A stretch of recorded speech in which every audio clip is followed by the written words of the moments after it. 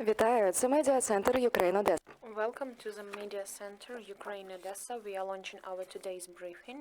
We have Minister of Defense of Ukraine, Alexei Reznikov, and Minister of Defense of the Republic of Croatia, Maria Banožić. Please, Mr. Alexei, your word. Good afternoon, dear colleagues.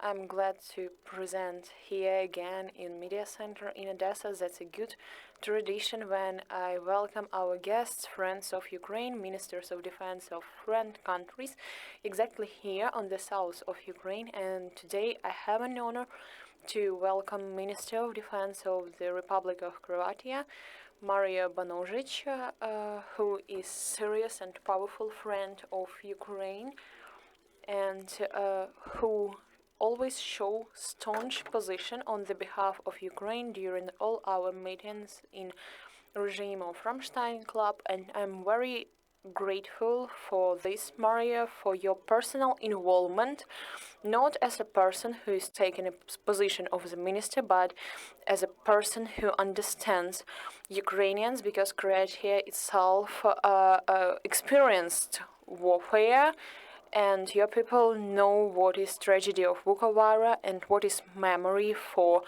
dead people, for tortured civilians. You know how to pay tribute to your memory and how to stand for your independence and for your freedom. That is the biggest value of the country, and people of Croatia know how to reinforce your defense capability when you have unfriendly neighbor. Therefore, they are conscious about being allies and partners to Ukraine in this unjust warfare launched by the Russian Federation. Aggression itself started in 2014, which was hybrid warfare, shifted to full-scale invasion, which began in February of 2022. We have political and economical and military support from the side of Croatia, and since the very first days we have been receiving different assistance. The first pack was set in Ukraine on 28th of February in 4 days since the beginning, and this brother nation of Croatia gave their help to us and assisted us in not only resisting the enemy, but also they helped us to kick it away from Kyiv, Sumy, Kharkiv region. Me and Mr. Maria, we discussed continuation of our needs, our priorities, which remains stable. This is air defense, different assets beginning with sophisticated and powerful, and up to manpads, which also consists of Strela and Igla, which may be provided by Croatia, and they've already done this. We had this experience, therefore that's absolutely understandable for our partners. Croatia has a great experience in demining, because that's a country which is dealing with humanitarian demining for more than 25 years, and it continues to do this because that's a heritage of those warfare which took place on their territory. Croatia has a quite powerful territorial center. Therefore, we discussed the possibility of training of our instructors for humanitarian demining of our lands and water surface.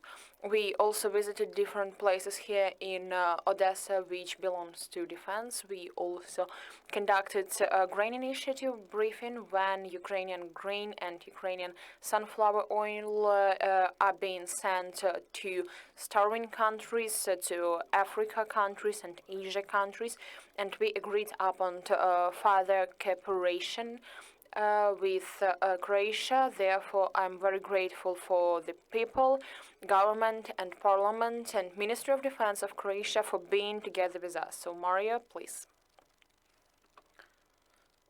Alexei, media representatives, I'm glad to be in your country again. This visit is one more confirmation that Croatia and Croatian people stands with Ukraine. We supported your fight for freedom from the beginning and will continue to do so far as long as it takes. For more than a year now, you are fighting the brutal Russian aggressor. I'm confident you will be victorious. President Zelensky and you, Alexei, show to everyone that brave leadership makes Ukraine successful in this fight. We understanding your suffering very well. Our experience of the defensive homeland war from the 90s is the reason we know that what you are going through. We also talked about veteran care and post-war efforts like demining. Of course, we talked about the assistance that Croatia gives to Ukraine from the beginning of the Russian aggression. Croatian government provides political, diplomatical, financial, and technical help to Ukraine. We also provide humanitarian help, and many Ukrainian refugees found shelter in Croatia. We will not stop there. Croatia will continue to help in different ways.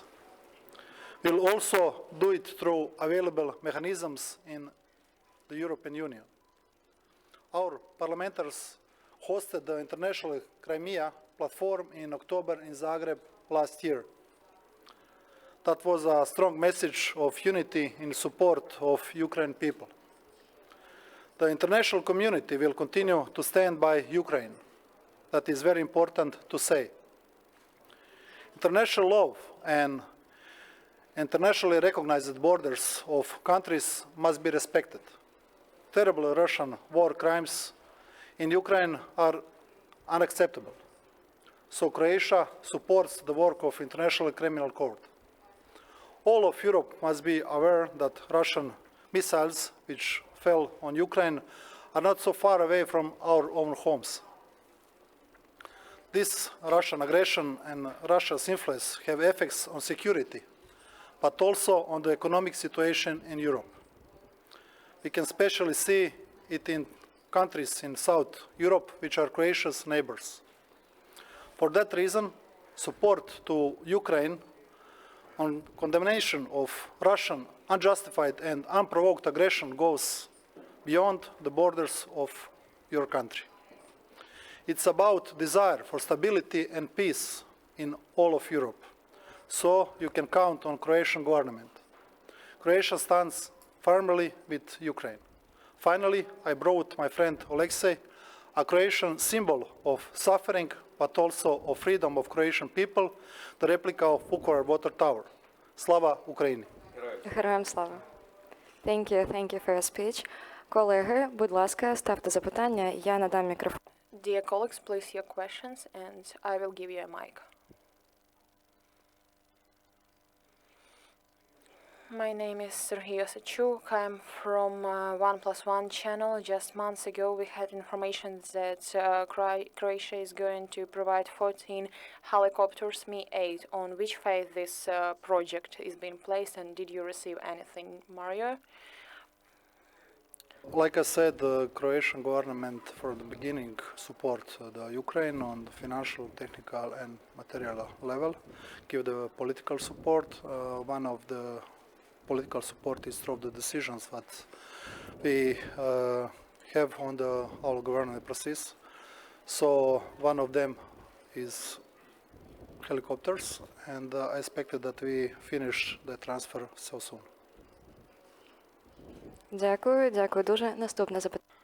Thank you. The next question, please. Mr. Minister, good afternoon.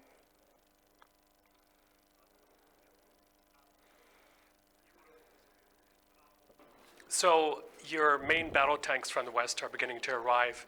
You've also asked for jet fighters from the West, but do you feel that the impact of the main battle tanks, the big tanks coming from the US and the United Kingdom, can be effective without the jet fighters, perhaps with better air defense systems acting as cover for these tanks? Thank you. That's a good question. For sure, me as a Minister of Defense, I would like to have a full package of support for the armed forces of Ukraine and for the whole defense and security sector. And for sure, I'm always saying that the main combat aircraft, it is primarily a part of our air defense system. That's a posture number one, because that's exactly those elements which is missing for us to consider our air defense system as a complete and efficient one. For sure, for counteroffensive, it is better to have an ability for air superiority. That's extremely important, but we will consider those realities which we have as of today, and we will use those armament which we have as a heritage of former Soviet period, and simultaneously those armament which we received and continue to receive from our partners. It's not only about tanks, that's about different types of armored vehicles, which may be divided into heavier infantry fighting vehicles, so armed personnel carriers. They are both armored with different objectives, and today our service people are completing their training on the training fields in Europe. Some of them have already arrived in Ukraine, and now they're being prepared, and it will be the general staff decision where and when and in which way they will be involved. So we understand clearly that receiving by us of modern fourth generation aircraft, that's just a matter of time. I have no doubt we will have them, but it will take time for training, for primarily decision by our partners, because that's absolutely practical decision. Later on, training of our pilots, and not only pilots but also engineers who will deal with maintenance of these aircrafts. Therefore, I think that option of the nearest counteroffensive and receiving of combat aircrafts will be divided in the time frame. Thank you. I have time for one more question for Mr. Reznikov. If we are talking about air fighters, there were information in French press that there were some decisions and agreements about Mirage aircrafts. Is it true? Maybe say that there is some agreement or training and something like this. I'm really grateful for representative of French medias who are up for Ukraine and giving positive news, which are unfortunately not true. Probably that's just a good materialization of the idea, but currently I may not prove that Mirage is given to Ukraine or we are training for these aircrafts. And I would like to give you a technical understanding.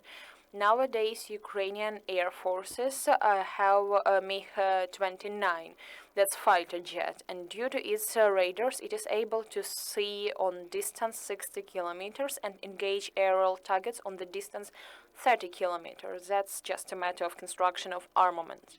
And the enemy, using Su-35, is able to observe more than 200 kilometers and engage at more than 140 kilometers. Mirage, that's aircraft which is able to see 60 kilometers and engage on 30 kilometers.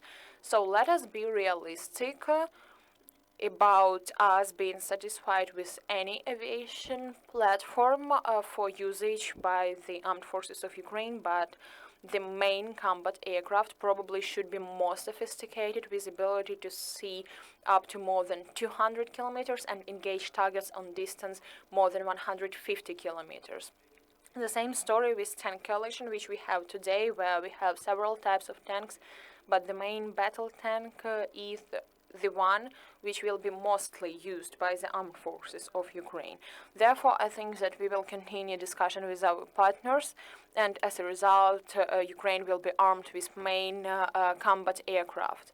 Thank you, Mr. Alexei. We will finalize our briefing. Thank you for this visit.